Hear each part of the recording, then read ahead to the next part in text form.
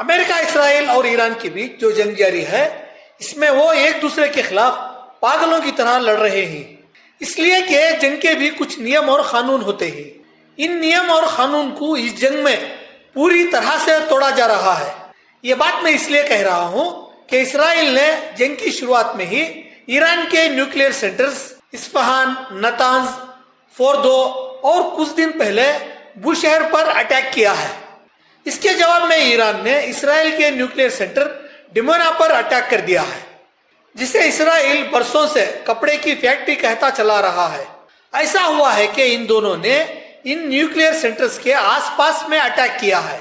अगर ये हमले सीधे न्यूक्लियर सेंटर्स के कोर प्लेस पर होते तो बहुत बड़ी तबाही हो सकती थी। न्यूक्लियर सेंटर्स पर अगर कुछ भी गलत हुआ तो रेडियो एक्टिव मटेरियल्स के लीक होने के चांसेस ज्यादा रहते हैं। अगर ऐसा हुआ तो जहां से भी न्यूक्लियर रेडिएशन निकलेगा वो वहां से पूरे एटमॉस्फेयर में फैल जाएगा।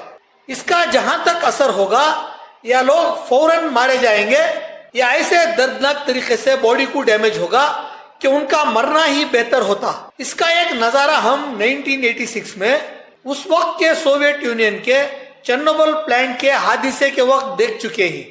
उस वक्त चेर्नोबिल प्लांट में कुछ गलती से लीकेज हुआ था। उसके रेडिएशन का असर पूरे यूरोप तक में फैल चुका था। स्पेन और स्विट्जरलैंड से रेडिएशन के फैलने की खबरें आ रही थी। यहाँ तक कि इंग्लैंड के अंदर रेडियो एक्टिव रेडिएशन की बारिश भी देखी गई थी।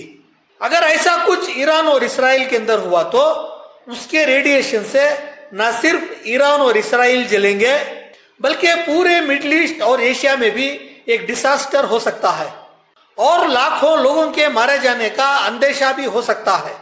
दुनिया के दूसरे मुल्कों को मिलकर इन पागलों को पागलों की तरह लड़ने से रोका जाना चाहिए, इसलिए कि ये एक दूसरे की दुश्मनी में अंधे हो चुके हैं। आज के लिए बस इतना ही। हमारे चैनल को सब्सक्राइब और फॉलो करें। इस वीडियो को लाइक और शेयर करें।